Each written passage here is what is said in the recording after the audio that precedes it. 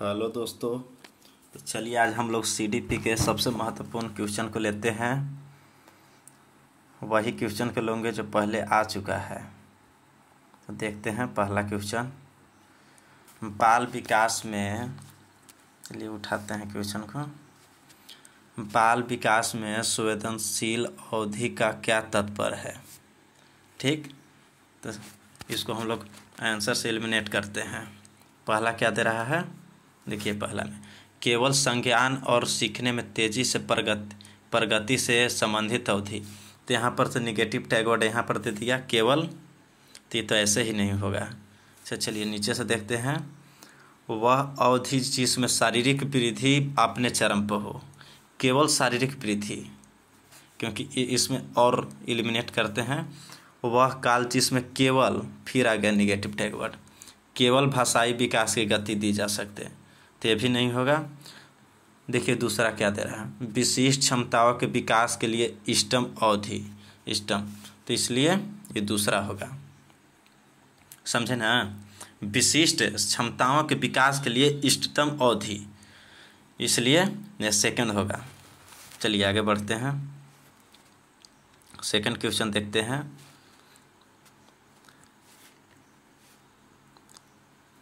किसने प्रस्तावित किया कि नया ज्ञान बच्चों के ज्ञान और समर्थन के जानने में सक्षम होने के बीच के अंतर में निर्मित होता है? चलिए क्वेश्चन से एलिमिनेट कीजिए।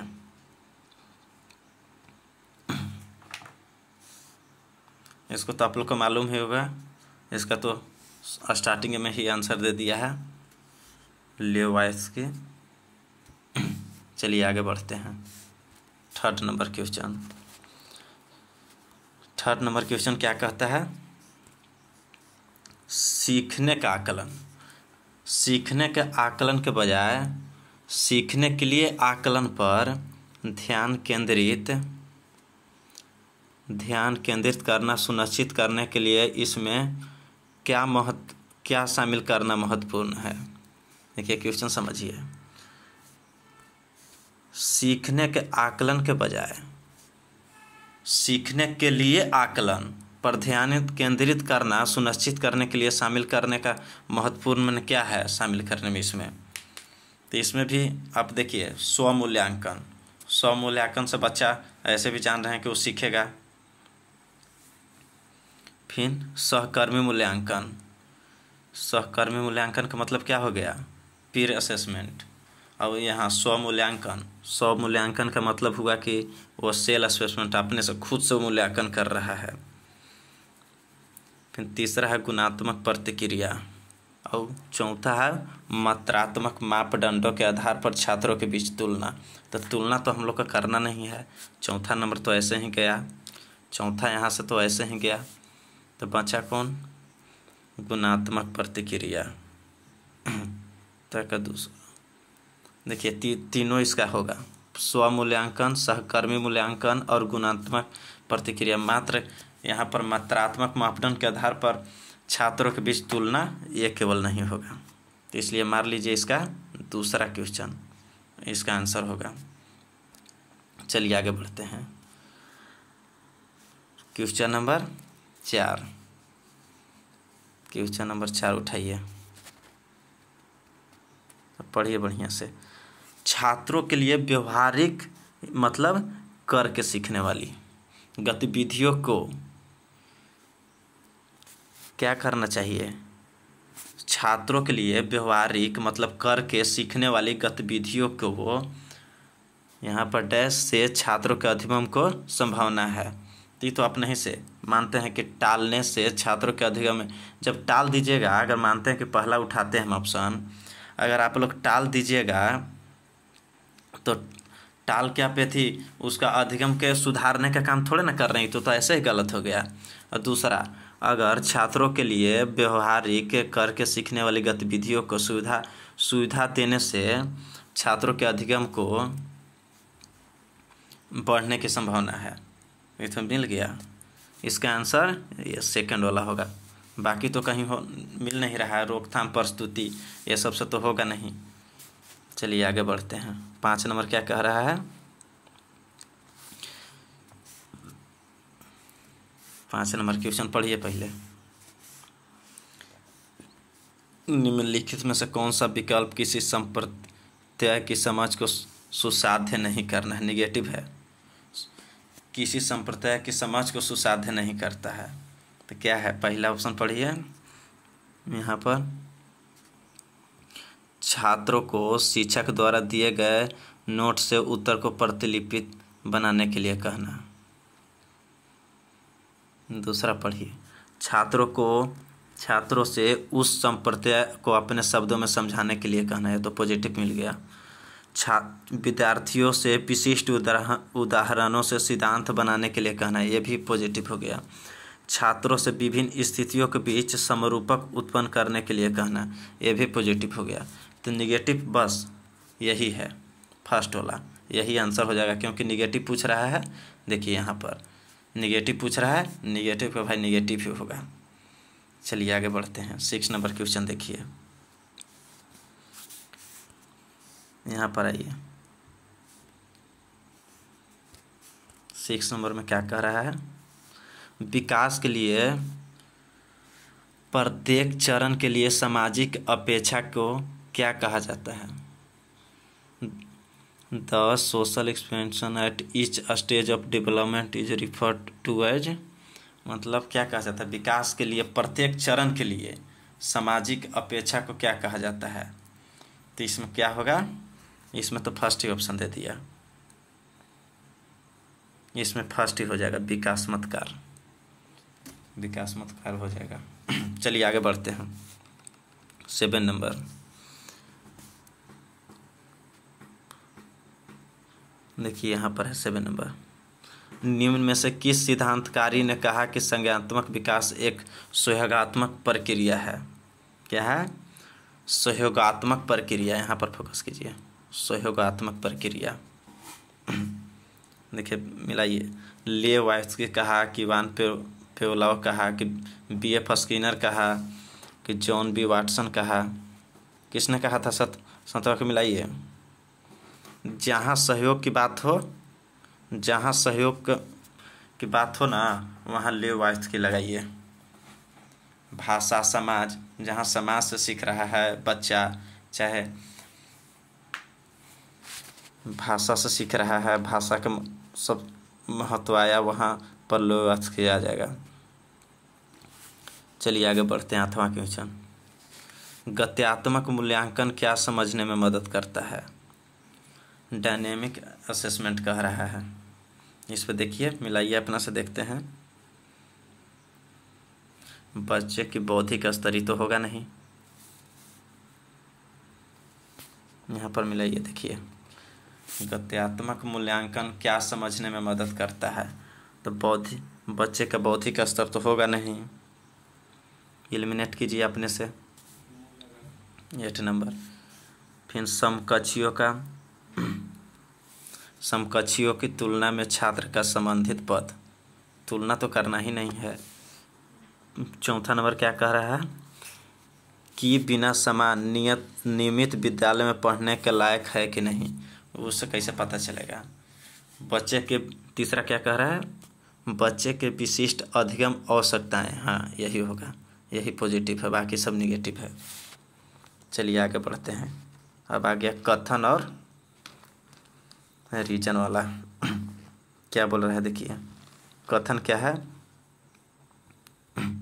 अर्थपूर्ण अधिगम के लिए नई सामग्री के बच्चे को मौजूद ज्ञान से जोड़ना जरूरी है। अर्थपूर्ण अधिगम के लिए नई सामग्री को बच्चे के मौजूदा ज्ञान से जोड़ना जरूरी है, तो सही बात है। तर्क क्या दे रहा है? अधिगम एक रेखीय तरीका से होता है, एक रेखीय तरीका से थोड़ा ना होता है। तो आप लोग आंसर मारिए लीजिएगा। ए और आर दोनों सही है, आर सही व्याख्या करता है, ये नहीं होगा। दूसरा, ए और आर दोनों सही है, लेकिन आर सही व्याख्या नहीं करता है एक का, आर सही थोड़े ना है। चलिए तीसरा देखिए, ए सही है लेकिन आर गलत है, ये सही है। तीसरा नंबर इसका आंसर हो जाएगा। चलिए नेक्स्ट क्वेश्चन 10 नंबर देखिए, 10वां नंबर क्वेश्चन। यहाँ है क्वेश्चन पर देखिए, अधिगम सबसे अधिक प्रभावशाली और अर्थपूर्ण होगा अगर, क्वेश्चन में आंसर देखिए, यह संदर्भित रूप से हो, अधिगमकर्ता प्रदर्शन अभिमुख हो, या अधिगमकर्ता बाह्य कारकों से अभिप्रेरित हो, या जानकारी असमित खंडों में प्रस्तुत की जाए। क्या होगा? प्रभावी ढंग से कब होगा? प्रभावी भी होना चाहिए और अर्थपूर्ण भी होना चाहिए। तो कब होगा? 10वां का क्या होगा? देखिए, अगर वो संदर्भ रूप से होगा ना, संदर्भित होगा तबे होगा, इसका पहला होगा। देखिए, इसका पहला होगा। चलिए आगे बढ़ते हैं। 11 नंबर, यहाँ पर आइए। अधोगामी सिद्धांत को निम्नलिखित में से किस उदाहरण में दर्शाया गया है? अधोगामी सिद्धांत को निम्नलिखित में से किस उदाहरण में दर्शाया गया है? हमारी आप लोग, शिशु अपनी बाहों के इस्तेमाल से पहले दृष्टि विकसित करते हैं, यह तो अधोगामी में नहीं होगा। शिशु संज्ञानात्मक क्षमता विकसित करते हैं और फिर भाषा सीखते हैं, यह भी नहीं होगा। देखिए, इसका तीसरा नंबर होगा, शिशु पहले अपने धड़ और फिर अपने हाथ और पैर हिलाना सीखते हैं, यही होगा। अधोगामी सिद्धांत में शिशु पहले अपने धड़ और फिर अपने हाथ और पैर हिलाना शुरू करते हैं। चलिए आइए 12 नंबर,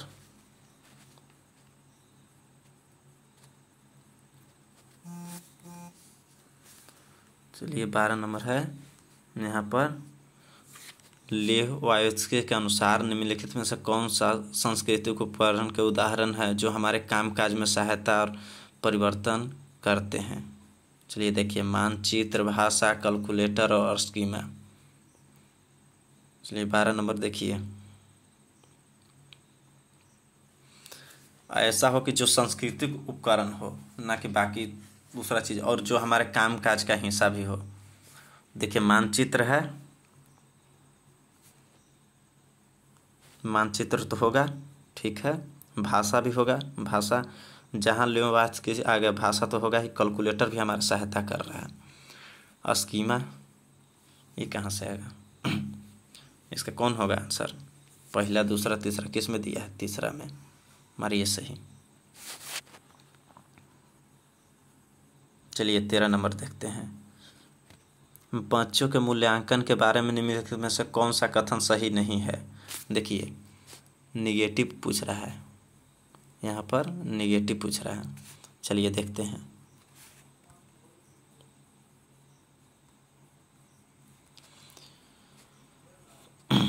मूल्यांकन का प्रयोग सीखने को सुसाध्य करने के लिए किया जाना चाहिए तथा इसमें विविध तरीकों को शामिल करना चाहिए, यही सही लग रहा है। अच्छा देखते हैं आगे भी, मूल्यांकन हमेशा शिक्षण अधिगम से अलग गतिविधियों के रूप में किया जाना चाहिए, हमेशा थोड़े ना किया जाना चाहिए। मूल्यांकन को शिक्षक को अपने शिक्षा छात्रीय गतिविधियों पर मनन करने के लिए मौका देना चाहिए, ये भी सही है, ये भी सही है।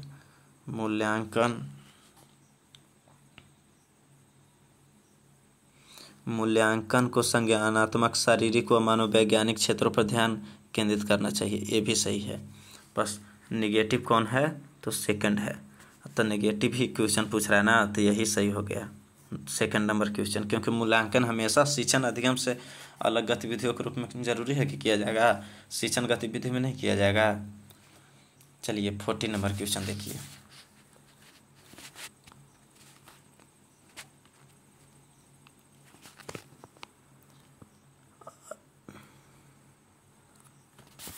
देखिए ऐसी स्थितियाँ, 14 दिख रहा है ना क्वेश्चन,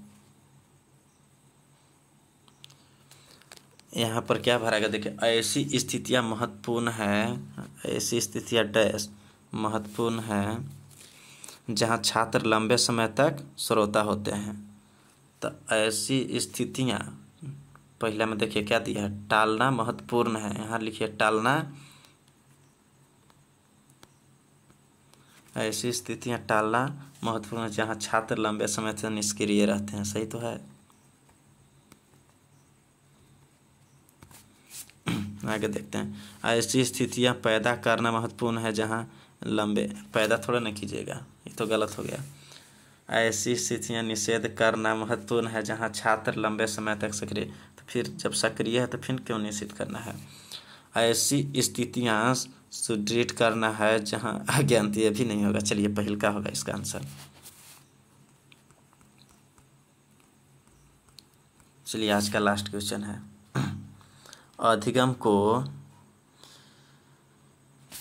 क्या चीज़ के बजाय किस ओर मतलब निर्देशित करना चाहिए। लास्ट क्वेश्चन है 50 नंबर। देखिए, अधिगम को प्रतियोगिता के बजाय अनुकृति की ओर निर्देशित, ये गलत हो गया। अधिगम को अनुकृति के बजाय प्रतियोगिता, ये भी नहीं होगा।